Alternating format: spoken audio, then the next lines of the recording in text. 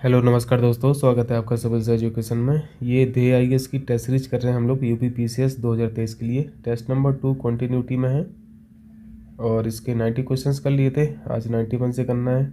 माफ़ कीजिएगा यार, ये 4 पार्ट में हो गया ये टेस्ट। एक साथ रिकॉर्ड नहीं हो पाता है, इसकी वजह है आप लोग समझते हैं। जब जैसा समय मिलता है उसी हिसाब से रिकॉर्ड हो जाता है। चलिए पहला क्वेश्चन कीजिए। यहाँ पर पूछा है, बाजार एक इकोनॉमिक ट्रेंड है जो निम्नलिखित में से किस ओर रुझान पैदा करती है। मार्केट के बारे में हम लोग समझते हैं। मार्केट एक ऐसी प्लेस है, एक ऐसी जगह है जहाँ पे सेलिंग और बाय चलती है, सेलिंग और बाइंग चलती है, यानी जहाँ पे क्रय विक्रय होता है, यही होता है ना। और मार्केट की इसी करेक्टरिस्टिक्स को उपभोक्तावाद बोलते हैं, यानी कंज्यूमरिज्म। डी ऑप्शन यहाँ पर सही हो जाएगा। 92 में पूछा है, डिकेडल ग्रोथ जो सबसे ज़्यादा थी, हाईएस्ट थी, उच्चतम थी, ये कब रही है। ये हम लोग 1961 से 1971 का जो सेंसस था इसमें पढ़ते हैं। इसमें डिकेडल ग्रोथ सबसे ज़्यादा थी, 24 लगभग 25% थी। अगर एग्जैक्ट फिगर आप लोग जानना चाहें तो ये 24.80% थी। और वहीं पे दूसरे पॉइंट में पूछा है कि सबसे मिनिमम डिकेडल ग्रोथ जो थी वो किस डिकेड में थी। तो ये यहाँ पे जो लिखा है 1991 से 2001, तो ये तो गलत है। ये सबसे कम कब से कब तक रही, 2001 से 2011। 1961 से 1971 में सबसे ज़्यादा डिकेडल ग्रोथ रही और 2001 से 2011 का जो सेंसस था इसमें सबसे मिनिमम डिकेडल ग्रोथ रही। ठीक है, तो दूसरा गलत है, पहला सही है। बट यहाँ पे असत्य बताना है तो बी ऑप्शन सही हो जाएगा। चलिए 93 कीजिए। 93 में पूछा है, इनमें से कौन सी पूरी तरीके से अंतःस्रावी ग्रंथि है, यानी एंडोक्राइन ग्लैंड है। यहाँ पे हम लोग को समझना पड़ेगा कि ये एंडोक्राइन ग्लैंड क्या होती हैं, एक्सोक्राइन क्या होती हैं। यहाँ पे ग्रंथियों को पहचानना बहुत आसान है। पहले में एंडो लिखा है, एंडो का मतलब क्या होता है, अंथा होता है, यानी विदिन होता है, अंदर ही अंदर आप समझ सकते हैं। और एक्सो का मतलब बाहरी होता है। और एक बेसिक सी चीज़ हम लोग समझते हैं कि किसी भी ग्रंथि का, किसी भी ग्लैंड का काम क्या रहता है। हर एक ग्रंथि कोई ना कोई केमिकल सब्सटेंस रिलीज करती है ना। कोई ना कोई केमिकल सब्सटेंस रिलीज करती है, सीक्रेट करती है। अब एक केमिकल सब्सटेंस कुछ भी हो सकता है, जैसे हमारी बॉडी से पसीना निकलता है, स्वेटिंग होती है, तो ये जो पसीना है ये भी तो केमिकल सब्सटेंस है। जीभ से लार निकलती है, सलाइवा निकलती है, ये भी केमिकल सब्सटेंस है। ओवरी ग्लैंड के माध्यम से एस्ट्रोजन निकल रहा है, प्रोजेस्टेरोन हार्मोन निकल रहा है। उसी तरीके से जो टेस्टिस होते हैं, टेस्टिस से टेस्टोस्टेरोन हार्मोन निकल रहा है। तो एक चीज़ तो आप लोग समझ गए कि ये जो ग्रंथियाँ होती हैं कुछ ना कुछ केमिकल सब्सटेंस को रिलीज करती हैं।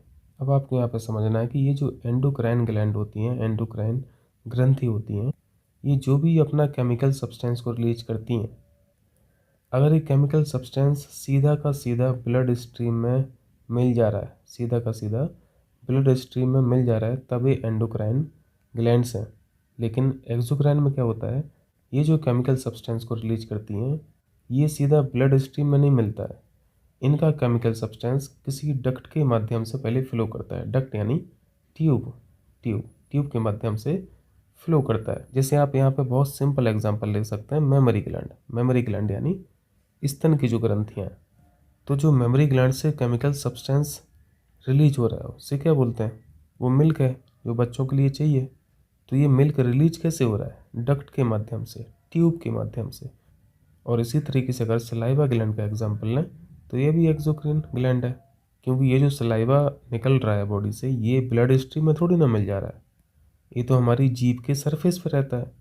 इसी तरीके से जो स्वेटिंग ग्लैंड्स होती हैं इनको भी आप एक्सोक्राइन में रख सकते हैं, क्योंकि पसीना तो बॉडी के बाहर रिलीज होता है और डक्ट के माध्यम से भी होता है।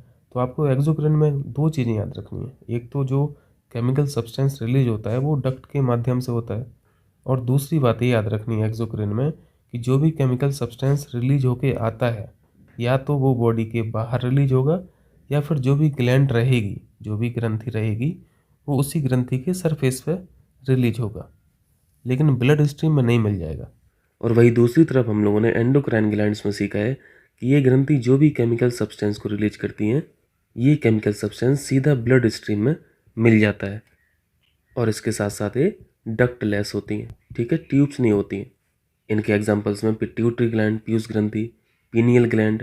पीनियल ग्लैंड के बारे में हम लोग जानते हैं कि ये एक मेलाटोनिन नामक हार्मोन को रिलीज करती है, जिससे व्यक्ति में क्या होता है, स्लीप इंड्यूस होती है, नींद आती है। आप रूम के अंदर अंधेरा कर लीजिए तो ये पीनियल ग्लैंड क्या करेगी, ये मेलाटोनिन हार्मोन को रिलीज करेगी जो स्लीप को इंड्यूस कराएगी। इसके अलावा थायराइड ग्रंथि, हाइपोथैलेमस ग्रंथि, एड्रिनल हुई, ओवरी ग्लैंड्स जो हुई, टेस्टिस ग्लैंड्स जो हुई, ये सारी की सारी एंडोक्राइन ग्रंथियाँ हैं। ओवरीज ग्रंथि किस हार्मोन को रिलीज करती हैं, एस्ट्रोजन को और प्रोजेस्टेरोन को। और टेस्टिस ग्रंथि जो है वो टेस्टोस्टेरोन हार्मोन को रिलीज करती है। तो ये सभी ग्रंथियाँ एंडोक्राइन के एग्जाम्पल्स हैं। जैसे एक एग्जाम्पल लीवर का लें तो लीवर किस तरह की ग्रंथि है, ये एक्सोक्राइन ग्रंथि है, क्योंकि इसमें जो केमिकल सब्सटेंस रिलीज होता है वो डक्ट के माध्यम से होता है। डक्ट से मतलब है कि मान लो ये लीवर है, लीवर से जो भी केमिकल सब्सटेंस निकलता है इस ट्यूब के द्वारा निकलता है, और ये निकल के कहाँ जाएगा, यहाँ पे क्या है, यहाँ पे कौन सा ऑर्गन है, गॉल ब्लैडर। पढ़ते हो ना, लीवर क्या सिक्रेट करता है, बाइल जूस रिलीज करता है। तो रिलीज का काम तो लीवर करता है, लेकिन इकट्ठा कहाँ पे होता है, स्टोरेज कहाँ पे होता है, ये गॉल ब्लैडर में स्टोर होता है। तो यहाँ पे ये डक्ट दिख रही है ना, ट्यूब दिख रही है, तो ये एक्सोक्रीन ग्रंथि हुई। चलिए नेक्स्ट कीजिए। 94 में क्या पूछा है, 94 में पूछा है आंतरिक निषेचन होता है। पहला ऑप्शन पढ़िए, यहाँ पे लिखा है in the body of the female, मादा के शरीर में, तो ये सही है। फर्टिलाइजेशन का मतलब होता है कि यहाँ पे स्पर्म और एग, स्पर्म ऑफ फर्टिलाइजेशन का, इंटरनल फर्टिलाइजेशन का मतलब होता है स्पर्म और एग जहाँ पे फ्यूज होते हैं, ठीक है, जहाँ पे मिलते हैं। और ये प्रोसेस होता कहाँ पे, ये फ्यूजन होता कहाँ पे, ये फैलोपियन ट्यूब में होता है। ये क्वेश्चन पूछा जाता है। मेल के स्पर्म और फीमेल के एग से जो फ्यूजन हो रहा है ये फाइनली किस में कन्वर्ट हो रहा है, ये जाइगोट में कन्वर्ट हो रहा है, ठीक है, जाइगोट। जाइगोट से आगे वाली स्थिति क्या होती है, इसको हम लोग इम्ब्रो पढ़ते हैं, है ना, भ्रूण पढ़ते हैं। और ये जो इम्ब्रो है, भ्रूण है, ये अभी तक कहाँ पे है, ये फैलोपियन ट्यूब में है। लेकिन बच्चे का जो डेवलपमेंट है वो फैलोपियन ट्यूब में तो होता नहीं है, वो कहाँ पे होता है, वो यूटेरस में होता है। इसका मतलब है कि फीमेल की बॉडी इम्ब्रो को शिफ्ट कर लेती है यूटेरस में, फिर जो कंप्लीट डेवलपमेंट है बच्चे का वो यूटेरस ऑर्गन में होता है। तो यहाँ पे ए ऑप्शन सही है, ठीक। चलिए 95 देखिए। 95 में यहाँ पे लेटराइट सॉइल के बारे में पूछा गया है। लेटराइट सॉइल के बारे में यार हम लोगों ने कई बार पढ़ लिया है, हमने आपको कई बार पिक्चर के माध्यम से भी समझाने की कोशिश की है। लेटराइट सॉइल ऐसी सॉइल होती हैं जो ह्यूमस डिफिशिएंट होती हैं, इनमें ह्यूमस नहीं होता है, इनमें नाइट्रोजन नहीं होता है, इनमें पोटेशियम नहीं होता है, इनमें फास्फोरस नहीं होता है, एनपीके नहीं होता है। और एनपीके क्या है, ये किसी भी सॉइल के लिए, किसी भी क्रॉप के लिए, किसी भी फसल के लिए बहुत एसेंशियल एलिमेंट होते हैं। तो यहाँ से एक बात समझ में आ रही कि इस मिट्टी में जब एनपीके नहीं है तो ये कृषि योग्य तो नहीं होंगी, या फिर अगर कृषि योग्य बनाना है तो इसमें बहुत ज़्यादा मैन्योर की ज़रूरत पड़ेगी, है ना, खाद डालना पड़ेगा। तो ऐसी मृदाओं पर कृषि तो होती है, लेकिन किसकी होती है, चाय की होती है, कॉफ़ी की होती है ना, पढ़ते रहते हो ना। दूसरी विशेषता क्या हो सकती है लेटराइट सॉइल की, आप यहाँ से फाइंड आउट कर सकते हैं। आपने अभी देखा कि इसमें नाइट्रोजन नहीं होता, और मिट्टी में नाइट्रोजन नहीं होने का मतलब है कि अमोनियम साल्ट नहीं है। नाइट्रोजन साइकिल पढ़े हैं ना, यानी इस मिट्टी में नाइट्रेट नहीं है, नाइट्राइट भी नहीं है, या फिर अमोनिया नहीं है। लेकिन ये सभी चीज़ें मिट्टी में आती कैसे हैं, नाइट्रोजनीकरण से। और ये मिट्टी के अंदर नाइट्रोजनीकरण हो कैसे रहा है, ये कौन करता है, माइक्रोब्स करते हैं, माइक्रो ऑर्गेनिजम्स करते हैं, बैक्टीरिया करते हैं। बैक्टीरिया में हम लोगों ने क्या पढ़ा था, एजोटोबैक्टर पढ़ा था, राइजोबियम पढ़ा था। तो यहाँ से साफ साफ हम लोगों को समझ में आ रहा है कि इस मिट्टी में इस तरीके के जो बैक्टीरिया हैं जो नाइट्रोजनीकरण करते हैं ये सब नहीं होंगे, तभी तो नाइट्रोजनीकरण नहीं हो पा रहा है, तभी तो मिट्टी में नाइट्रोजन नहीं है। तभी बैक्टीरिया कहाँ पे गए, बैक्टीरिया मर गए। और ये मिट्टी जिस रीजन में पाई जाती है उस रीजन में टेम्परेचर बहुत ज़्यादा होता है, और ज़्यादा रेनफॉल से क्या होता है, इंटेंस वेदरिंग हो जाती है, बहुत ज़्यादा मिट्टी का क्षरण हो जाता है। क्षरण होने से मिट्टी के अंदर क्या आ जाता है, आयरन के ऑक्साइड आ जाते हैं, ठीक है। चट्टान में क्या है, आयरन ऑक्साइड। तो जो बचेगा मिट्टी में यही बचेगा, आयरन ऑक्साइड और एल्युमिनियम। तो आपको ध्यान रखना है कि लेटराइट सॉइल में ह्यूमस नहीं होता है, नाइट्रोजन, फास्फोरस, पोटेशियम, ये जो ज़रूरत है क्रॉप्स के लिए ये भी नहीं होते हैं। होता क्या है, आयरन ऑक्साइड होता है। इसी के कारण इस मिट्टी का रंग रेड होता है, ठीक है। इसलिए इस मिट्टी का प्रयोग ब्रिक्स बनाने में किया जाता है, ईंट बनाने में किया जाता है, कंस्ट्रक्शन में किया जाता है। और इसका आप अगर डिस्ट्रीब्यूशन देखेंगे तो आपको एक लिंक पता चल गई कि ये ऐसे रीजन में पाई जाती है जहाँ पे हाई रेनफॉल है। तो हाई रेनफॉल भारत के अंदर कहाँ पे है, आप यहाँ पे इंडिया देख रहे हैं, इंडिया में वेस्टर्न घाट देख रहे हैं, ये वेस्टर्न घाट है। वेस्टर्न घाट का जो पूर्वी रीजन है यानी ये वाला रीजन है, यहाँ तो बारिश होती नहीं है क्योंकि ये शैडो जोन में आ जाता है। बारिश कहाँ होती है?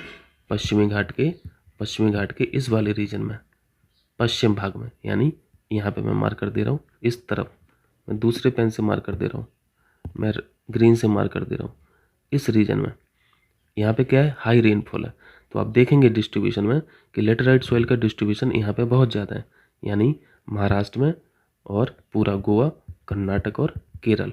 और यहीं पे ये चाय की खेती होती है, कॉफ़ी की खेती होती है। इसके अलावा आपको यहाँ पे भी छुटपुट मिल जाएगा। और ज़्यादा रेनफॉल कहाँ पे होती है? आप नॉर्थ ईस्ट स्टेट में देखते हैं, मौसिनराम, चेरापूंजी, मेघालय, यहाँ पे भी लेटेराइट सॉइल का अच्छा खासा डिस्ट्रीब्यूशन है। क्लियर है? क्योंकि हाई रेनफॉल है। तो यहाँ पे दो बातें याद रखना, हाई रेनफॉल की वजह से क्या हो जा रहा है? वेदरिंग होने की वजह से आयरन ऑक्साइड की मात्रा इस मिट्टी में बहुत ज़्यादा हो जाती है, जिस वजह से लाल दिखती है। और हाई टेम्परेचर की वजह से यहाँ पे क्या हो रहा? एन गायब हो गया, पी गायब हो गया, के गायब हो गया। क्यों? क्योंकि नाइट्रोजनीकरण नहीं हो पाया, यानी बैक्टीरिया मर गए। अब यहाँ पे पढ़िए कथन, लेटेराइट सॉइल में ह्यूमस की मात्रा कम पाई जाती है। ठीक है, ह्यूमस कम क्यों पाया जा रहा है? क्योंकि बैक्टीरिया नहीं है। ह्यूमस कम क्यों पाया जा रहा है? क्योंकि बैक्टीरिया नहीं है, वो अमोनियम साल्ट को बना ही नहीं पा रहा है। बैक्टीरिया ही नहीं है तो अमोनियम साल्ट नहीं बन पा रहा। कारण में लिखा है ये मृदा अत्यधिक वर्षा वाले क्षेत्रों में पाई जाती है। ये दोनों अपने आप में तो सही है, लेकिन ह्यूमस की कमी के लिए अत्यधिक वर्षा जिम्मेदार नहीं है, अत्यधिक टेम्परेचर जिम्मेदार है। ये सीखा ना अभी? ठीक है, तो यहाँ पे बी ऑप्शन सही हो जाएगा। चलिए 96 कीजिए।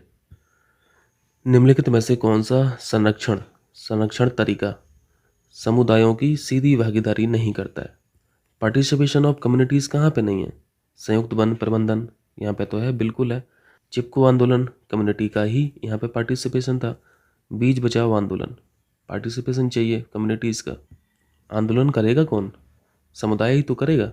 डी में लिखा है वन्यजीव विहारों का परिसीमन, delimitation of wild life sanctuaries. ये पार्टिसिपेशन से संबंधित नहीं है। डी ऑप्शन यहाँ पर सही है। वह एक्सचेंज रेट जिस पर एक देश की करेंसी का दूसरे देश की करेंसी से वर्तमान अवधि में विनिमय किया जाता है, एक्सचेंज किया जाता है, क्या कहलाती है? इसको इंस्टेंट एक्सचेंज रेट बोलते हैं। C option. 98 कीजिए। कवि बाणभट्ट की कृति से किस एक सम्राट के समय की विस्तृत सूचना प्राप्त होती है? ये किसके काल में थे? हर्षवर्धन के काल में थे, जिसमें से एक कंपोजिशन हर्ष चरित्र है, ये तो खुद हर्षवर्धन का जीवन चरित्र है, और दूसरा है कादम्बरी।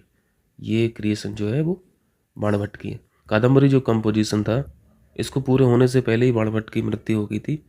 इसको पूरा किया गया था, इनके जो पुत्र थे बाणभट्ट के, भूषण भट्ट, उनके द्वारा कादम्बरी को पूरा किया गया था। ठीक है, चलिए 99 में कनाथ सिंचाई, इसके बारे में हम लोगों ने पढ़ रखा है। यूपीपी से सारो यारो की टेस्ट सीरीज में किया था। ये क्या था? पहाड़ों पर जो बारिश होती है ना, पहाड़ों पर जो बारिश होती है, इस पानी को हार्वेस्ट किया जाता है, इस पानी को मैदानी भागों में इकट्ठा किया जाता है सिंचाई के लिए, एग्रीकल्चर के लिए। ईरान पढ़ा था हम लोगों ने, इराक पढ़ा था, यहाँ पे हार्वेस्ट किया जाता है इस तरीके से, मध्य पूर्व में। ये करेक्ट आंसर है। लॉर्ड डलहौजी की 100वां क्वेश्चन देखिए। लॉर्ड डलहौजी की विलय नीति के अनुसार, डॉक्ट्रिन ऑफ लैप्स के अनुसार, निम्नलिखित में से किस राज्य का विलय सबसे बाद में किया गया? सबसे पहले किसका किया गया था? इसका पहले तो टाइम बताइए। क्या था? 1846 से ना, 46 से था कि 48 से शुरू था? 1856 तक। और ये विलय नीति क्या थी? यदि कोई शासक मर जाता था और उसका कोई रियल वारिस नहीं होता था, तो वो उसका राज्य अंग्रेजी शासन में चला जाता था। तो इन्होंने सबसे पहले हड़पा सतारा को हड़पा इन्होंने इसी नीति के अनुसार 1848 में। ये तो सबसे पहले था सतारा के बाद दूसरा था संबलपुर, फिर उदयपुर था 1852 में, फिर इसके बाद नागपुर का नंबर आता है, सबसे लास्ट में झांसी 1854। ठीक है, तो यहाँ पे बी ऑप्शन सही है। 101 में मुगलों द्वारा चलाई गई मनसब व्यवस्था, मनसब के बारे में हम लोग जानते हैं। एक पोस्ट का नाम होता था, पद का नाम होता था, इसी से सब कुछ डिसाइड होता था। आपके पास पैदल सैनिक कितने हैं, आपके पास घोड़े कितने हैं, इसी के अनुसार वेतन डिसाइड होता था, इसी के अनुसार मिलिट्री की जो रिस्पॉन्सिबिलिटी, ये सब डिसाइड किया जाता था। तो यहाँ पे पोस्ट भी लिखा है, सैलरी भी लिखा है, सैन्य उत्तरदायित्व भी लिखा है, सब सही है। डी ऑप्शन सही हो जाएगा। ये मनसब क्या था? ये सरकारी नौकरी थी उस टाइम पे मुग़ल शासन में। चलिए नेक्स्ट कीजिए। यहाँ पर रामानुजाचार्य के बारे में बताना है, कौन सा गलत है। सबसे पहले तो हम लोग ये जानते हैं इनके बारे में कि इनकी जो पैदाइशी थी वो तमिलनाडु में थी। इनका जन्म तमिलनाडु में हुआ था 11वीं शताब्दी में। तो यहाँ पे केरल लिखा है, ये तो गलत हो गया। और ये भगवान विष्णु के बहुत बड़े भक्त थे, और जो विष्णु भगवान के भक्त हुआ करते थे उनको अलवर संत बोला जाता था। ये पॉइंट करेक्ट है। इन्होंने विशिष्ट द्वैत सिद्धांत को प्रतिपादित किया था। ये इंपॉर्टेंट फैक्ट है, ध्यान रखना, ये करेक्ट है। ये एक हिंदू फिलॉसफी है। इस फिलॉसफी में इन्होंने ये बताया था कि ब्रह्म एक ही है। ये डुअलिज्म का विरोध करते थे, नॉन डुअलिज्म में बिलीव करते थे। ठीक है, नॉन डुअलिज्म। ये द्वैत हो गया, ये अद्वैत हो गया। नॉन डुअलिज्म का मतलब ब्रह्म जो है वो एक ही है। ठीक है, एक है। तो यहाँ पे गलत बताना था, गलत एक ही है, ये ऑप्शन करेक्ट हो जाएगा। वो वहाँ पे क्रॉस लगा दिया, उसे समझ लेना। 103 में पूछा है संगम साहित्य में कावेरी पत्तनम का संबंध क्या है। कावेरी पत्तनम एक पोर्ट था चोलों के शासन में। ये जो कावेरी पत्तनम था ये बहुत समृद्धशाली पोर्ट था, ध्यान रखना, चोलास। 104 में पूछा है निम्नलिखित में से किस पदाधिकारी को हटाने में संसद की भूमिका नहीं होती। यहाँ पे बस पीओपी देख लीजिए, प्लेजर ऑफ प्रेसिडेंट पे कौन काम कर रहा है, वही आंसर हो जाएगा। पहला है सुप्रीम कोर्ट के न्यायाधीशों को हटाना। इनको हटाना तो भैया बहुत टेढ़ी खीर है। इम्पीचमेंट कैसे करोगे, संसद के बिना तो नहीं कर पाओगे ना, तो ये तो नहीं होगा आंसर। दूसरा है राज्य निर्वाचन आयुक्त को हटाना। इनको हटाने का तरीका वही है जो एक हाई कोर्ट के जज का रहता है, हाई कोर्ट के जज का रहता है। और हाई कोर्ट के जज को भी हटाना आसान नहीं होता है। इनको कौन हटाता है? हाई कोर्ट के जज को प्रेसिडेंट हटाते हैं। लेकिन कैसे? इनकी इनकैपेसिटी को प्रूव करना पड़ेगा कि भाई ये सक्षम नहीं है। और ये इनकैपेसिटी कहाँ पे प्रूव की जाएगी? संसद में। तीसरा ऑप्शन है महान्यायवादी को हटाना, अटॉर्नी जनरल जो हैं एजीआई साहब, क्योंकि इनको हटाने का तरीका कॉन्स्टिट्यूशन में तो लिखा नहीं है। एजीआई साहब को प्रेसिडेंट किसी भी समय हटा सकते हैं। ठीक है, करेक्ट आंसर सी है, यहाँ पे संसद का रोल नहीं होता है। 105 देखिए, यहाँ पे क्लासिकल डांस को मैच कराना है उनके रिलेटेड स्टेट से। आसान सा क्वेश्चन है। भरतनाट्यम कहाँ का है? भरतनाट्यम तमिलनाडु का है। कथकली केरल का है। कुचिपुड़ी आंध्र प्रदेश का है। यहाँ पे उड़ीसा लिखा है, उड़ीसा गलत है। मणिपुरी, ये मणिपुर का है। गलत बताना था, सी ऑप्शन सही हो जाएगा। और कथक कहाँ का है? कथक यूपी का है। 106 में क्या है? यहाँ पे मराठों के बारे में बताना है। कथन में लिखा है 1761 में हुए पानीपत की तृतीय लड़ाई में, थर्ड बैटल ऑफ पानीपत, मराठों को अन्य शासकों से कोई सहायता प्राप्त नहीं हुई। इसका कारण क्या था? एक ही कारण था, जलन। क्योंकि इस समय पर मराठे अपने साम्राज्य को एक्सटेंसिव वे में एक्सपेंड कर रहे थे, तो बाकी जो शासक थे वो बड़े जल रहे थे। इसलिए बाकी जो शासक थे मराठों के खिलाफ हो गए थे। वही यहाँ पे कारण में लिखा हुआ है। यहाँ पे दोनों सही है, ये करेक्ट हो जाएगा। 1761 आपने यहाँ पे पानीपत का तृतीय युद्ध देख लिया। इसके बाद आप देखते हैं एंग्लो मराठा वॉर स्टार्ट हो जाती है 1775 से, पढ़ते हो ना, 1818 तक। और इसी के पैरेलल में चल रही थी Anglo Mysore war. Anglo Mysore war भी पैरेलल में चल रही थी। 1767 में स्टार्ट हो गया था और इस 1799 में ख़त्म हो जाती हैं सारी वॉर, एंग्लो मैसूर वॉर। तो ज़्यादा लंबे समय तक तो एंग्लो मराठा वॉर चले। इसलिए पूछा जाता है कि अंग्रेज़ों को सबसे ज़्यादा समय तक परेशान करने वाला कौन सा साम्राज्य था? मराठा। अगर इन लोगों ने साथ दे दिया होता अन्य शासकों ने, तब तो काम बन गया था। यहाँ तक नौबत ही नहीं आती। यहीं पे सब कुछ निपट जाता, और यहाँ पे कुछ बचा भी रहता तो यहाँ पे सब कुछ निपट जाता 1857 में। चलिए 107 देखिए। सुल्तान इल्तुतमिश की बेटी रजिया के संबंध में किस एक इतिहासकार ने मानना था, किसका मानना था कि वह अपने सभी भाइयों से योग्य और सक्षम थी? रजिया बेटी किसकी थी? इल्तुतमिश की। रजिया के बारे में हम लोग जानते हैं कि ये पहली मुस्लिम वुमेन थी जिन्होंने दिल्ली पर रूल किया। ये बात बोली थी मिनहाज ए सिराज ने। 3 साल का इनका टेन्योर था, 1236 से 1240 तक, लेकिन इनको बाद में फिर डीथ्रोन कर दिया गया। और इसी बीच बड़ा संघर्ष करना पड़ा इनको अपने भाइयों के साथ ही, और जो शक्तिशाली तुर्क अमीर हुआ करते थे। इन लोगों को बिल्कुल भी पसंद नहीं था कि एक महिला कैसे शासक बन सकती है। इन लोगों के द्वारा रजिया को राजगद्दी से हटाने का बस एक ही कारण था, क्योंकि ये महिला थी। और राज दरबार में भी जाती थी तो बिल्कुल चौड़ के साथ जाती थी, पर्दा अर्दा के साथ नहीं जाती थी, मुंह खोल कर जाती थी।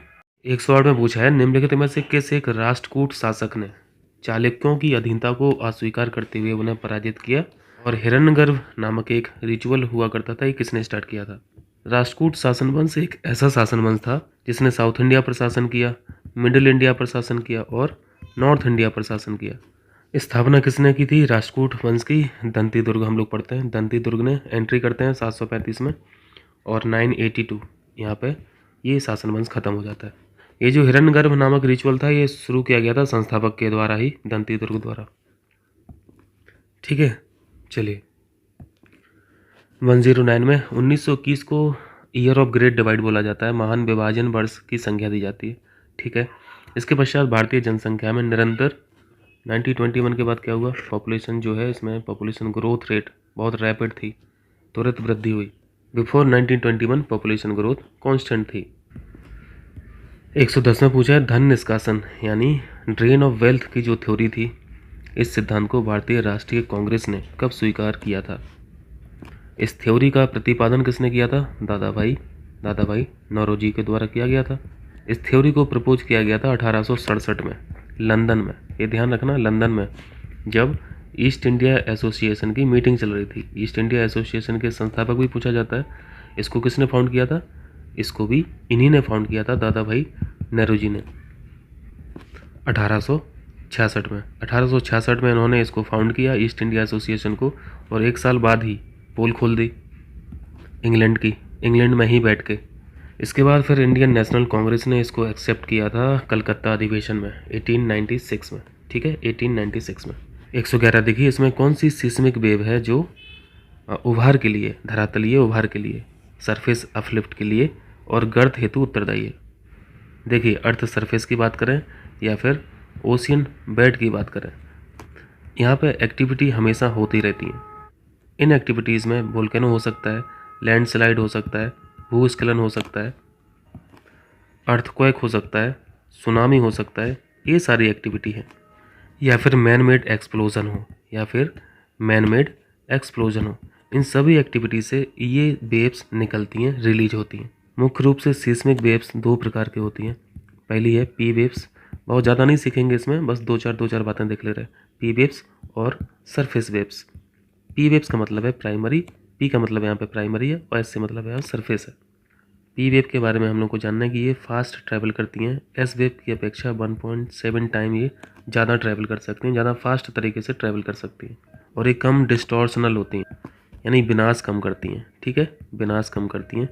चूँकि पी वेव्स तेज़ गति से ट्रैवल करती हैं तो सिस्मोग्राफ पर जो सबसे पहले रीडिंग आती है वो पी वेव्स की आती है। और वही दूसरी तरफ अगर एस वेव की बात करें तो ये लेस स्पीड से ट्रैवल करती हैं, लेकिन ये विनाश बहुत करती हैं। और ज़्यादा विनाश करने का मतलब है कि ये ज़्यादा पावरफुल हैं, तभी किसी भी सरफेस में ये अपलिफ्ट कर सकती हैं, उभार ला सकती हैं। ठीक है, यहाँ पे एस वेव्स करेक्ट आंसर है। और इसके बारे में एक आध फैक्ट हम लोग ये पढ़ते हैं इन दोनों के बारे में कि पी वेव्स जो है वो सभी मीडियम में ट्रैवल कर लेती हैं शैडो जोन को छोड़ के, और एस वेव जो हैं सरफेस वेव, ये तो सरफेस पे ही ट्रैवल करती हैं, इसलिए इनका नाम ही सरफेस है। अब यहाँ पे मैं फिगर लगा दूंगा तो पॉज करके देख लेना। वैसे इसको हम लोगों ने कई बार सीखा है, इस टेस्ट सीरीज में तो नहीं सीखा, 2023 में, 2022 में हम लोगों ने इसको बहुत डिटेल मैनर में सीखा था। चलिए 112 देखिए। 112 में पूछा है, निम्नलिखित में से कौन एक अंतर्वेदी ज्वालामुखी आकृति नहीं है? Intrusive volcano landform. ये क्या होता है? पृथ्वी के अंदर एक मैग्मा जोन होता है ना, यहाँ पे मैग्मा है, ये मान लीजिए सरफेस है अर्थ की, यहाँ से मैग्मा रिलीज हुआ और सरफेस के ऊपर नहीं जा पाया, यहीं की यहीं ठंडा हो गया। ठीक है, यहीं पर ठंडा होने से जो आकृतियाँ बनती हैं, अलग अलग आकार की आकृतियाँ बनती हैं, उनका अलग अलग शेप एंड साइज रहता है, तो ये जो धरातल के अंदर ही बन जा रही हैं ठंडा होने से।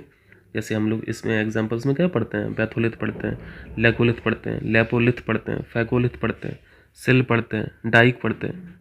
कुछ हॉरिजेंटल शेप में ठंडी हो जाती हैं, कुछ वर्टिकल शेप में ठंडी हो जाती हैं, कुछ छाते के आकार में ठंडी हो जाती हैं। ये सब पढ़े हैं ना, कौन किस आकार की आकृति है ये पूछा जाता है। ठीक है, तो इमेज को देख लेना और सारे नाम एक बार रिकॉल कर लेना। और ये मैग्मा अगर सरफेस के बाहर आ गया फिर तो वो मैग्मा ना रहा, लावा बन गया।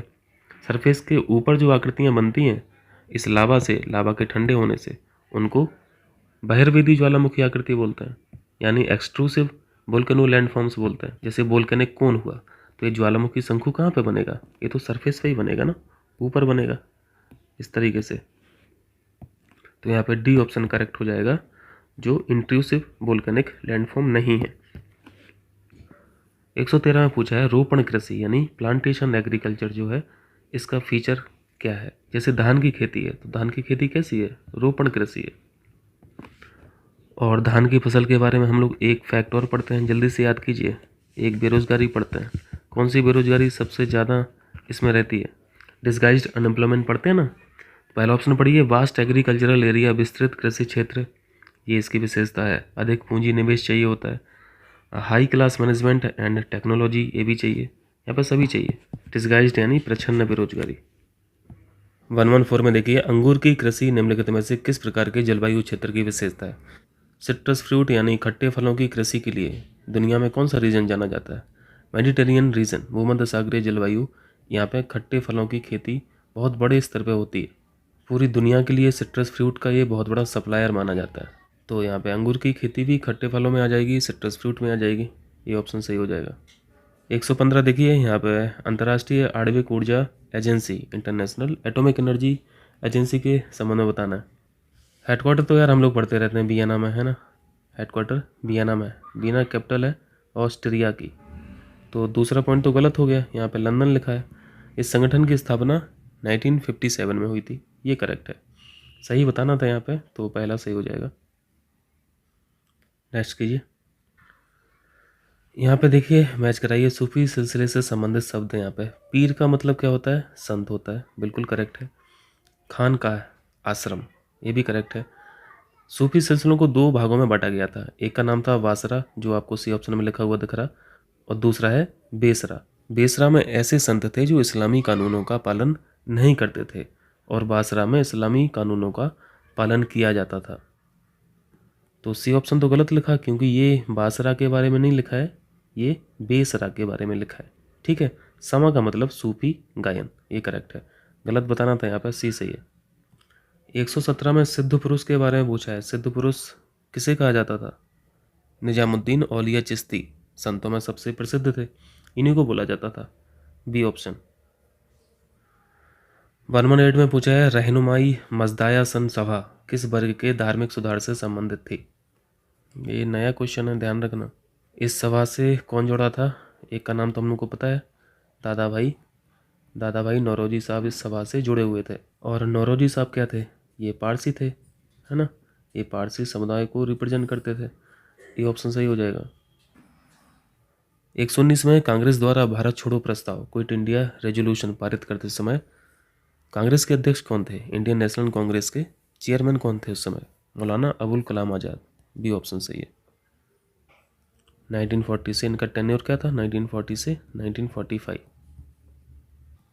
6 वर्षों तक इनका लगातार कार्यकाल रहा, ध्यान रखना, सबसे ज़्यादा था वर्ल्ड वॉर 2 के वजह से। 120 देखिए, निम्नलिखित में से कौन एक आज़ाद हिंद बचाओ समिति के नेतृत्व करता थे? Azad Hind defence committee.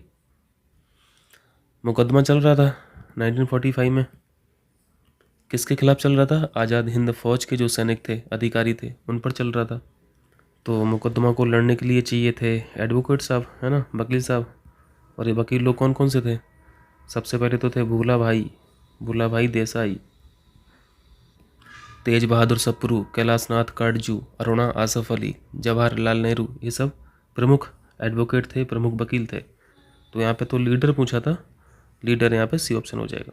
121 में पूछा है, राजकोषीय घाटा यानी फिजिकल डेफिसिट से ब्याज भुगतान को घटाने पर क्या प्राप्त हो जाता है? आसान सा क्वेश्चन है, प्राइमरी डेफिसिट प्राप्त हो जाता है, बी ऑप्शन। इन सब क्वेश्चंस को हम लोग इसी टेस्ट सीरीज में डिस्कस कर चुके हैं, इसलिए ज़्यादा डिस्कस नहीं कर रहे हैं। 122 में पूछा है, सूर्य की परिक्रमा के दौरान पृथ्वी सूर्य से न्यूनतम दूरी पर किस महीने में होती है? आप पृथ्वी की स्थिति को लेके दो स्थितियां पढ़ते हैं, एक होती है पेरीहिलियन जिसे उपसौर बोला जाता है, दूसरी होती है एपीहिलियन यानी अपसौर। उपसौर की जो स्थिति होती है वो होती है 3 जनवरी को, और अपसौर की जो स्थिति होती है ये होती है 4 जुलाई को। ठीक, बट ये पेरीहिलियन होता क्या है? ये मिनिमम डिस्टेंस होती है पृथ्वी की सूर्य से, यानी सूर्य और पृथ्वी के बीच जो सबसे कम डिस्टेंस होती है वो जनवरी के मंथ में होती है, और सबसे दूर स्थिति जो होती है सूर्य और पृथ्वी की वो जुलाई के मंथ में होती है। ए ऑप्शन सही है। 123 में पहला लिखा है ईस्ट जो है वो सांस लेते हैं एनएरोबिकली, यानी ऑक्सीजन की अनुपस्थिति में ये सांस ले सकते हैं, शोषण कर सकते हैं। ये ईस्ट के बारे में बहुत खास बात है, ध्यान रखना। ईस्ट ये ऐसे जीव होते हैं जो ऑक्सीजन की अनुपस्थिति में भी श्वसन कर लेते हैं, इसलिए इस तरीके का जो रेस्पिरेशन होता है इसे अवायवीय श्वसन बोला जाता है, एन एरोबिकली रेस्पिरेशन बोला जाता है। दूसरा है एल्कोहल अवायवीय श्वसन का एक उप उत्पाद है। एल्कोहल जो बनाया जाता है वो ऑक्सीजन की अनुपस्थिति में बनाया जाता है, तो सही है, ये बाय प्रोडक्ट है, एन एरोबिकली रेस्पिरेशन के थ्रू इसको बनाया जाता है। दोनों सही है यहाँ पे, ठीक है, दोनों सही है। 124 में किसी सामान्य व्यक्ति की विश्राम अवस्था में औसत श्वसन दर क्या होती है? यानी आप एक्सेल और इनहेल कितनी बार कर लेते हैं? 15 से 18 बार करते हैं 1 मिनट में। अगर एक्सरसाइज कर रहे हैं, कोई फिजिकल एक्सरसाइज कर रहे हैं, दौड़ रहे हैं, जिम में हैं, तब ये बढ़ जाएगी, 25 से 30 तक हो जाती है।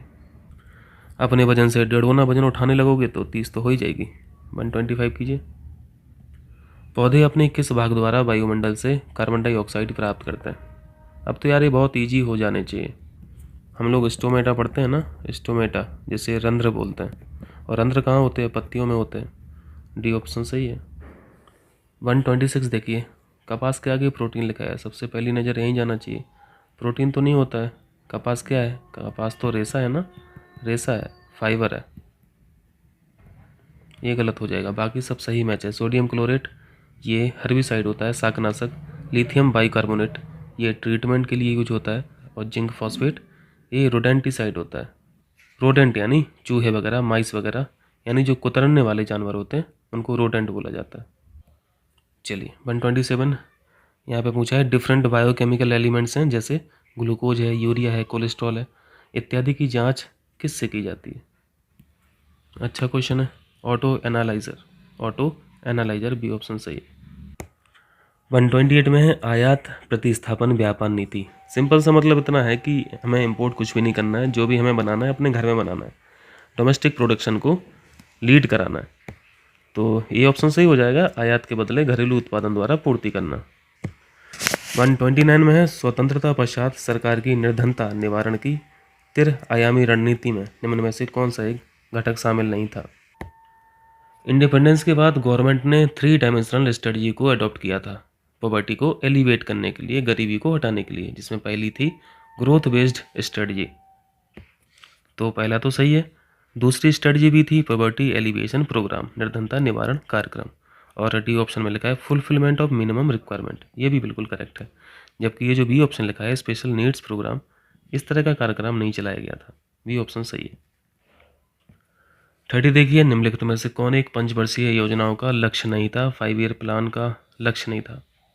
अभी तक हम लोगों ने क्या क्या लक्ष्य पढ़े हैं? हम लोगों ने ग्रोथ पढ़ी है, हम लोगों ने मॉडर्नाइजेशन पढ़ा है, हम लोगों ने सेल्फ रिलायंस वाली बात पढ़ी है। अभी आप लोगों को बताना है, होमवर्क है, समृद्धि वाली किस 5 ईयर प्लान में बात की गई थी, आत्मनिर्भरता वाली किस 5 ईयर प्लान में बात की गई थी, बट जो सोशल एम्पावरमेंट है ये लक्ष्य नहीं था। 131 में जलवायु परिवर्तन पर भारत की राष्ट्रीय कार्य योजना के 8 राष्ट्रीय मिशन में कौन सम्मिलित नहीं है? क्लाइमेट चेंज पर जो नेशनल एक्शन प्लान है गवर्नमेंट का, इसके तहत 8 मिशन है, पूछा है कौन सा नहीं है। मैं यहाँ पे 8 की इमेज लगा दूंगा तो देख लेना, ठीक है, 8 को देख लेना, पॉज कर लेना वीडियो को। उन 8 में ये नहीं दिखेगा आपको, राष्ट्रीय आजीविका संरक्षण mission, livelihood protection mission, D सही हो जाएगा। 132 में पूछा गया है निम्नलिखित में से किस एक का हेडक्वार्टर जेनेवा में नहीं है? जेनेवा कहाँ पे है? स्विट्जरलैंड में। देखिए, रेड क्रॉस का हेडक्वार्टर जेनेवा में है, सही है। WTO हेडक्वार्टर जेनेवा में है, ये भी सही है। तीसरा है यूरोपीय ब्रांड कास्टिंग यूनियन, ये थोड़ी नई इंस्टीट्यूशन है हम लोगों के लिए, तो ध्यान रखना, ये भी इसका हेडक्वार्टर जेनेवा में है। जबकि जो इंटरपोल है, इंटरनेशनल पुलिस, हेडक्वार्टर कहाँ पर है? फ्रांस में। फ्रांस में कहाँ पर? पेरिस में, ठीक है, तो डी ऑप्शन सही है। 133 में पूछा है इंपोर्ट प्रोटेक्शन के लिए एक शुल्क लगाया जाता है जिसे टैरिफ बोलते हैं, ठीक है, हिंदी में प्राशुल्क बोलते हैं, इसके बारे में बताना है। इंपोर्ट प्रोटेक्शन के लिए गवर्नमेंट 2 तरीके के टैक्स लगाती है ताकि जो हमारी डोमेस्टिक इंडस्ट्रीज़ हैं इनके इंटरेस्ट कम ना हो। एक शुल्क है प्रशुल्क, जो क्वेश्चन में पूछा गया है, हिंदी में बोलते हैं टैरिफ, और दूसरा होता है कोटा, ठीक है, कोटा। जो भी वस्तुएं, जो भी गुड्स, जो भी सर्विसेज आयातित होती हैं, इंपोर्ट की जाती हैं, सरकार द्वारा इन पर लगाया जाने वाला टैरिफ बढ़ा दिया जाता है ताकि ये महंगी हो जाएं और ये हमारे मार्केट में कम से कम बिकें, क्योंकि ये बाहर की चीज़ें हैं। अगर बाहर की चीज़ें ज़्यादा बिकने लगेंगी तो डोमेस्टिक इंडस्ट्रीज़ को दिक्कत होने लगेगी, है ना। तो यहाँ पे प्रशुल्क या फिर टैरिफ बढ़ाने का एक ही पर्पज रहता है गवर्नमेंट का, आयातित वस्तुओं को हतोत्साहित करना। जबकि ये जो दूसरा रिस्ट्रिक्शन है इसमें क्वांटिटी डिसाइड की जाती है। तो यहाँ पे बी ऑप्शन पढ़िए, प्रशुल्क लगाने पर आयातित वस्तुएं महंगी हो जाती हैं। बी ऑप्शन सही है। सॉरी, यहाँ पे गलत बताना था तो गलत देख लीजिए, मैं इसको इरेज कर दे रहा हूँ। ए ऑप्शन में लिखा है यह आयातित वस्तुओं पर लगाया जाता है, ये बिल्कुल करेक्ट है। दूसरा भी सही है, आयातित वस्तुएं महंगी हो जाती हैं क्योंकि गवर्नमेंट शुल्क बढ़ा देती है, प्रशुल्क बढ़ा देती है। सी ऑप्शन है, इनमें वस्तुओं की मात्रा निर्दिष्ट होती है। इसमें देखिए वस्तुओं की मात्रा लिखा है, तो वस्तुओं की मात्रा हमने किस में देखा, वस्तुओं की मात्रा कोटा के अंतर्गत किया जाता है, ठीक है। तो सी गलत है, सी हो जाएगा करेक्ट आंसर। यहाँ पे सी करेक्ट आंसर हो जाएगा। 134 में पूछा है, यहाँ पे कथन पढ़िए, मानव पूंजी यानी ह्यूमन कैपिटल, इससे बड़ी तो कोई पूंजी होती नहीं है। मानव पूंजी एवं आर्थिक समृद्धि परस्पर एक दूसरे को प्रभावित करते हैं। बिल्कुल करते हैं। आप देश के अंदर 8-10 रतन टाटा और पैदा कर दीजिए, देश की तस्वीर अलग हो जाएगी। लाखों लोगों को रोजगार वैसे ही मिल जाएगा, आर्थिक समृद्धि वैसे ही बढ़ जाएगी देश की भी और जो एम्प्लॉय काम कर रहे हैं उनकी भी। और यहाँ पर रीजन में क्या लिख रहे हैं, मानव पूंजी निर्माण से आय की समृद्धि में सहायता मिल सकती है। सही है, दोनों सही है, एक्सप्लेन भी कर रहे हैं एक दूसरे को, ये ऑप्शन सही हो जाएगा। यहाँ पे 135 देखिए, बैलेंस ऑफ पेमेंट के बारे में पूछा है। इसकी समस्या के तात्कालिक निदान हेतु सर्वप्रथम किस वर्ष भारत में रुपए का डीवैल्यूएशन किया गया था। देखिए डीवैल्यूएशन पे यार हम लोगों ने काम कर लिया, 2 बार डिस्कस कर चुके हैं इस पर, अब यहाँ पे डिस्कस नहीं करेंगे दोबारा। पिछले टेस्टों में हम लोगों ने किया था, तो टेस्ट वगैरह देखते रहिए यार। मतलब अगर शुरुआत की है देखने की तो फिर पूरा ही देखा कीजिए, नहीं तो कोई मतलब नहीं होता। सर्वप्रथम जो रुपए का करेंसी का डीवैल्यूएशन किया गया था 1991 में, ठीक है। पुराने टेस्ट देख लेना तो आपको जवाब मिल जाएगा इसका, अगर देखा होगा तो आप जान ही रहे होंगे। चलिए 136 देखिए, 136 में क्या है, निम्नलिखित में से कौन सा एक मुद्रा बाजार का उपकरण नहीं है। इंस्ट्रूमेंट ऑफ मनी मार्केट पूछा जा रहा है। मनी मार्केट को रेगुलेट कौन करता है, आरबीआई करता है। ट्रेजरी बिल हम लोग पढ़ते हैं, एडॉक ट्रेजरी बिल पढ़ते हैं, कमर्शियल पेपर्स पढ़ते हैं, सर्टिफिकेट्स ऑफ डिपॉजिट्स पढ़ते हैं, ये सारे इंस्ट्रूमेंट ऑफ मनी हैं। जबकि डी ऑप्शन में लिखा है देसी बैंकर्स, इंडिजिनस बैंकर्स, ये उपकरण नहीं होता। नेक्स्ट कीजिए, यहाँ पे बेरोजगारी के आंकड़ों के बारे में बताना है। इन आंकड़ों का स्रोत क्या है, हमारे देश में अनएम्प्लॉयमेंट कितना है कहाँ से पता चलता है, सेंसस रिपोर्ट इन इंडिया, यहाँ से भी बहुत सारे डेटा सामने आते हैं, पता चलता है। दूसरा है राष्ट्रीय प्रतिदर्श सर्वेक्षण संगठन की रिपोर्ट यानी NSSO जिसे बोला जाता है, NSSO की जो रिपोर्ट होती है, यहाँ से भी डेटा पता चलता है। और तीसरा है रोजगार एवं प्रशिक्षण महानिदेशालय के आंकड़े, ये तो उस पर काम ही कर रहा है तो ये भी है। यहाँ पर तीनों सही हो जाएगा, आसान सा क्वेश्चन था। 138 देखिए, यहाँ पे बताना है सही कौन सा है। पहला पढ़िए, पहला एफडीआई के बारे में पूछा है, प्रत्यक्ष विदेशी निवेश के बारे में पूछा है। अगर विदेशी लोग किसी देश की इंटरनल स्ट्रक्चर में इन्वेस्टमेंट करते हैं एफडीआई बोला जाता है, बिल्कुल सही है। अगर किसी देश के प्लांट में इन्वेस्टमेंट करते हैं तो एफडीआई कहा जाता है, ये भी सही है। किसी देश की संस्थाओं में, किसी देश की संस्थाओं में अगर इन्वेस्टमेंट हो रहा है तब भी उसे एफडीआई बोला जाता है। ये एफडीआई के बारे में तीनों बातें ठीक लिखी हैं। दूसरा पॉइंट है, इसको वैसे हम लोग सीख चुके हैं, एफडीआई के बारे में यहाँ पे लिखा है, अगर फॉरेन इन्वेस्टर, जो फॉरेन इन्वेस्टर होते हैं, ये शेयर मार्केट में अगर इन्वेस्टमेंट करते हैं, अगर कोई विदेशी आदमी शेयर मार्केट में अपना पैसा लगाता है तो वो एफडीआई के अंतर्गत नहीं आएगा। क्लियर है। दूसरा यहाँ पे गलत है, गलत नहीं है, सही है। यहाँ पे तो सही लिखा है ना, सम्मिलित नहीं की जाती, तो ये सही है। पहला भी सही है, दूसरा भी सही है, दोनों सही हो जाएगा। चलिए 139 देखिए, यहाँ पे संगठन से मुख्यालय मिलाइए, हेडक्वार्टर। ओपेक का हेडक्वार्टर वियना में है, वियना कैपिटल है ऑस्ट्रिया की। नाम यानी non alliance movement, headquarter New York city, ये भी करेक्ट मैच है। सार का हेडक्वार्टर काठमांडू है, ये भी करेक्ट है। जबकि आसियान का जो हेडक्वार्टर है मनीला में नहीं है, ये जकार्ता में है, ठीक है, जकार्ता इंडोनेशिया। यहाँ पे गलत बताना था, डी ऑप्शन सही है। 140 में पूछा है 10% रूल एनवायरनमेंट, याद आ रहा, इकोसिस्टम में ऊर्जा का स्थानांतरण हमेशा वन डायरेक्शनल होता है, ये हम लोगों ने सीखा था। जबकि यहाँ पर साइक्लिक लिखा है, साइक्लिक नहीं होता है, वन डायरेक्शनल होता है, ये गलत है। और एक लेवल से दूसरे लेवल में जो एनर्जी ट्रांसफ़र होती है वो केवल और केवल 10% ही होती है, बाकी 90% डिसिपेट हो जाती है, बेकार हो जाती है, उस ऊर्जा का क्षय हो जाता है। दूसरे पॉइंट में वही लिखा है, ऊर्जा का स्थानांतरण जो है, ट्रांसफ़र जो है 10% रूल के नियम के अनुसार ही होता है। ठीक है, तो 10% रूल याद रखना है, और इस रूल को किसने दिया था, इनका नाम याद रखना है, लिंडेमैन का। ठीक है, केवल बी सही है। 141 यहाँ पे संसद का नाम बताना है, लेजिस्लेचर का नाम बताना है, किस देश का क्या है। डाइट जापान की पार्लियामेंट का नाम है, कांग्रेस या यूएसए की पार्लियामेंट का नाम है, सही है। नीसेट ये भी करेक्ट है, इसराइल की पार्लियामेंट का नाम है, तो यहाँ पे डी सही है। आसान सा क्वेश्चन है, नेक्स्ट कीजिए। 142 में बताइए, संसदीय शासन प्रणाली पार्लियामेंट्री सिस्टम में विधायिका कार्यपालिका को कैसे नियंत्रित करती है। बहुत अच्छे से यार हम लोगों ने सीख लिया इन सब पे, अब आपको दिक्कत होनी नहीं चाहिए। फाइनेंशियल कट्स से भी सही है, वित्तीय कटौतियाँ, एडजमेंट मोशन, स्थगन प्रस्ताव और अविश्वास प्रस्ताव, तीनों सही हैं, डी ऑप्शन सही है। यहाँ पे ज़्यादा डिस्कस इसलिए नहीं कर रहे हैं क्योंकि काफ़ी काम कर चुके हैं इस पर, तो दोबारा करने का यार कोई मतलब नहीं है, समय बच जाएगा आपका और हमारा भी।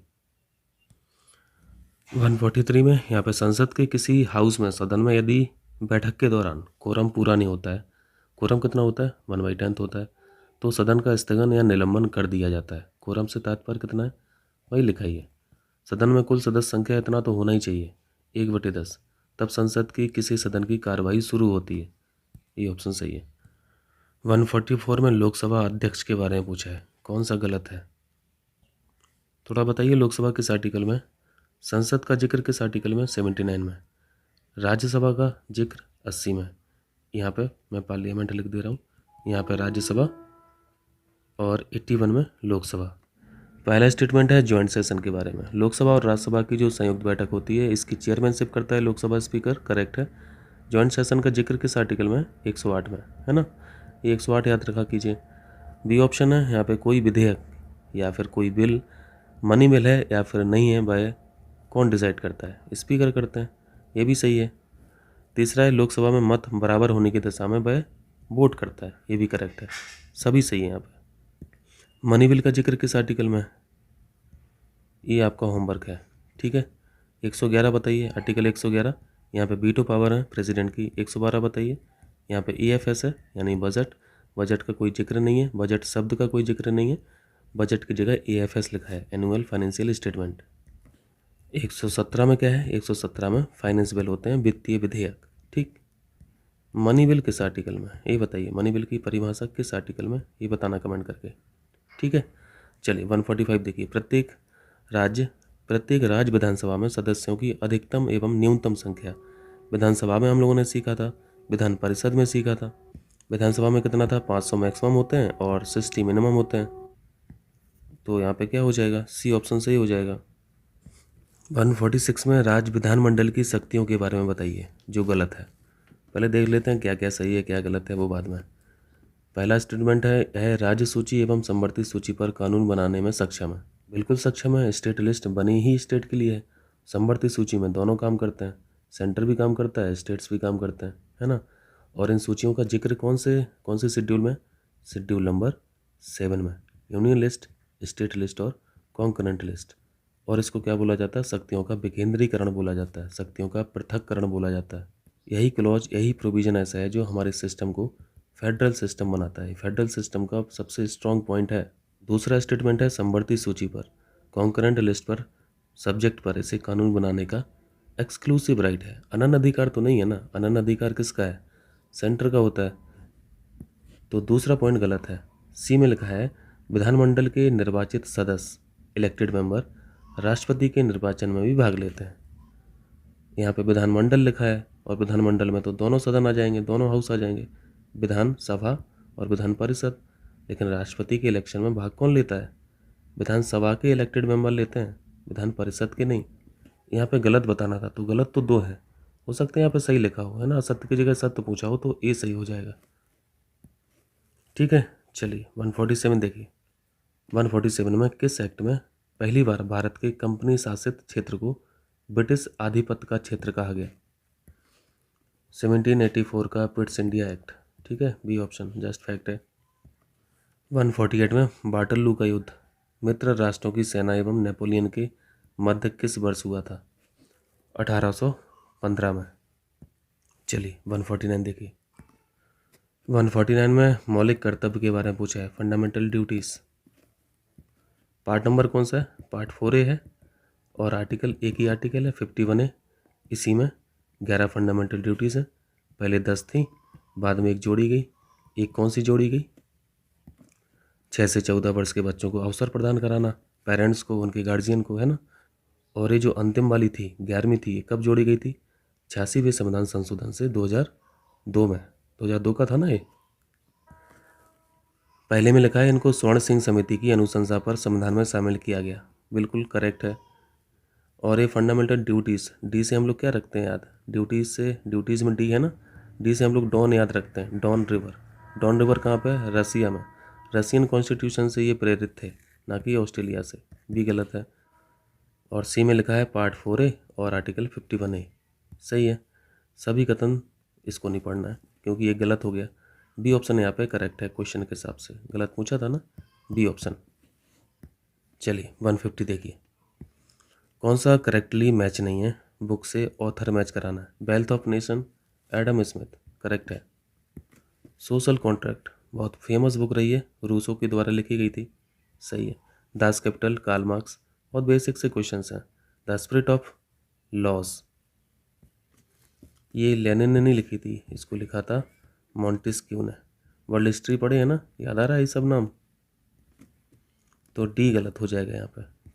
ठीक है साहब लोग, तो यहाँ पे टेस्ट नंबर 2 हम लोगों ने ख़त्म कर लिया, दे IAS का UPPCS प्री 2023 के लिए। मिलते हैं टेस्ट नंबर 3 के साथ। और ये टेस्ट सीरीज आप लोग देखते रहें, दे का देखते रहें और GS वर्ल्ड का भी कंटिन्यू है, हेल्प मिलेगी आप लोगों को। चलिए चलते हैं, बहुत बहुत शुक्रिया।